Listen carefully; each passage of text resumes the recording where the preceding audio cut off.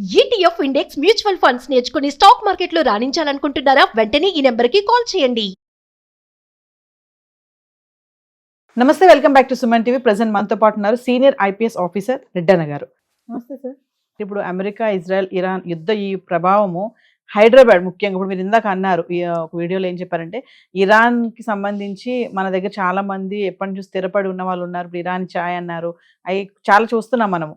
మరి హైదరాబాద్ పైన ఏమైనా ప్రభావం పడుతుందంటారు? ఇక్కడ కూడా అక్కడ చనిపోయినటువంటి సుప్రీం లీడర్ ఎవరైతే ఖుమేని ఉన్నారో ఆయనకి మద్దతుగా కొన్ని ప్రదేశాల్లో జరుగుతున్నాయని చెప్పేసి ప్రొటెస్టులు చేస్తున్నారు అని చెప్పేసి కూడా మనం న్యూస్లో చూస్తున్నాం. మరి హైదరాబాద్ పైన ప్రభావం ఎలా ఉంటుందంటారు? ఏం ప్రభావం అంటే ఇప్పుడు వాళ్ళ కమ్యూనిటీ ఉంది, ఇక్కడ షియా కమ్యూనిటీ ఉంది, షియాలను గౌరవిస్తాము. ఇప్పుడు షియా మన పీర్ల పండుగ అంటారు కదా, ఆ టైంలో మనం వాళ్ళకి వాళ్ళ సాంప్రదాయాలను గౌరవించి మనకు ఏనుగులతో పీర్లది తీసుకొని వస్తే దట్టీలు మనం తీసుకుంటాం.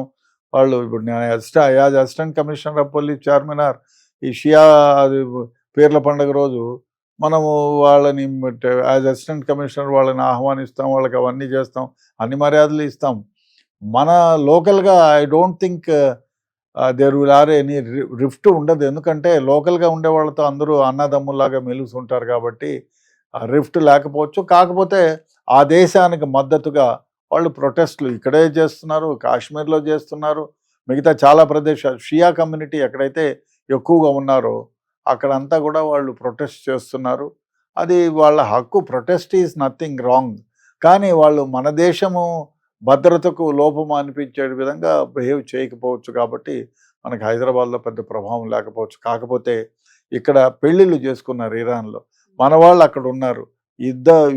యుద్ధాల వల్ల ఈ విమానాలన్నీ ఆగిపోయాయి. ఎవరైనా ఎమర్జెన్సీగా రావాలన్నా పోవాలన్నా చాలా కష్టతరంగానే ఉంటుంది. సార్, మామూలుగా అక్కడెక్కడో బాంబుల వర్షం కురుస్తుంటే ఎందుకు ఇంపాక్ట్ ఇక్కడ చూపిస్తుంది అని అంటే, మన ఇండియా పైన ఎందుకు ఇంత ఇంపాక్ట్ చూపిస్తుంది అంటే?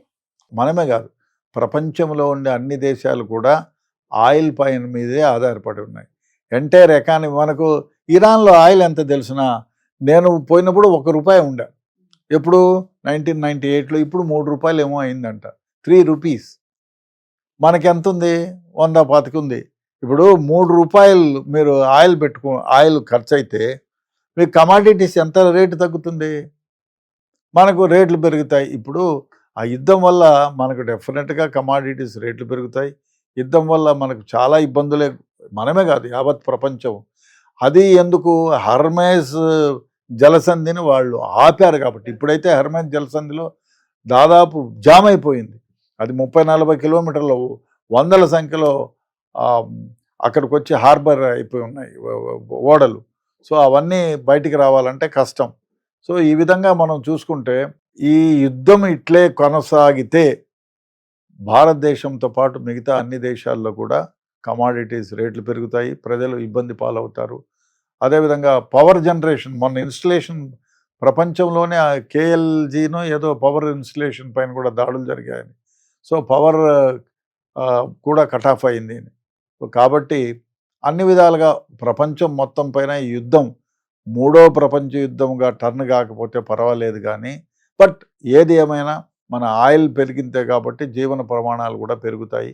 దాంతోపాటు కూడా మన రేట్లన్నీ కూడా విపరీతంగా పెరుగుతాయి. అందరికీ ఇబ్బందికరంగానే ఉంటుంది. మూడో ప్రపంచ యుద్ధం రాకూడదనే అనుకుందాం సార్. ఇన్ కేస్ కనుక వస్తే గనక మన పైన ప్రభావం బాగానే ఉంటుందంటారా? డెఫినెట్గా మన పైన కాదు, ప్రపంచంలో చెప్పలేము. అప్పుడు మనం ఎవరికి సపోర్ట్ చేస్తామో మనకు తెలీదు. అంటే ప్రైమ్ మినిస్టర్స్ మన కంట్రీ ఉండే వాళ్ళపైన ఆధారపడి ఎక్కడ మనం తటస్థంగా ఉంటామా, లేకపోతే ఎవరికైనా సపోర్ట్ చేస్తామా? సపోర్ట్ చేస్తే అగెనెస్ట్ వాళ్ళు మన పైన యుద్ధానికి రావచ్చు. అదే కాకుండా ఇప్పుడు ఇంకోటి ఏమంటే, వాళ్ళ దగ్గర ఇస్ఫహాన్, ఇంకోటి ఇరాన్లో 2 దగ్గర వాళ్ళ దగ్గర మిలిటరీ బేసెస్ ఉన్నాయి. అదేవిధంగా యురేనియం శుద్ధి ప్లాంట్లు ఉన్నాయి.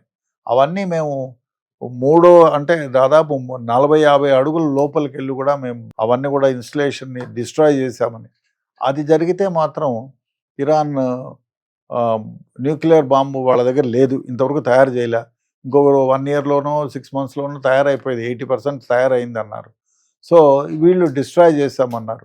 ఒకవేళ వాళ్ళ దగ్గర న్యూక్లియర్ వెపనే కనుక తయారై ఉంటే అది మూడో ప్రపంచ యుద్ధం డెఫినెట్గా వస్తుంది. అదేవిధంగా ప్రపంచం కొంతవరకు నాశనం అయ్యే ప్రమాదం కూడా ఉంది. సో ఫైనల్ గా హైదరాబాద్ కి అయితే ఎటువంటి ఇంపాక్ట్ లేదని అనుకోవచ్చు అంటారు కొంతవరకు లేక ఇప్పుడైతే లేదు. ఇంకో కూడా ప్రొటెస్ట్లు జరుగుతాయి ప్రపంచంలో, ఎక్కడ ఏది జరిగినా ఆ కంట్రీకి సంబంధించిన వాళ్ళు ఉంటే డెఫినెట్గా ప్రొటెస్ట్లు జరుగుతాయి. ఆ ప్రొటెస్ట్లు ఫ్రెండ్లీ ప్రొటెస్ట్లే కానీ వేరే కమ్యూనిటీ పైన దాడులు చేసే పరిస్థితి అయితే ఏమి ఉండదు కదా. అదే చిన్న కమ్యూనిటీ, మన దగ్గర కొంతమంది ఉన్నారు కాబట్టి ఆ ప్రమాదం ఏమీ లేకపోవచ్చు. కాకపోతే మన జీవనంలో డెఫినెట్గా మనం కమాడిటీస్ మీద ఎక్కువ డబ్బులు ఖర్చు పెట్టాల్సి ఉంటుంది. Thank you.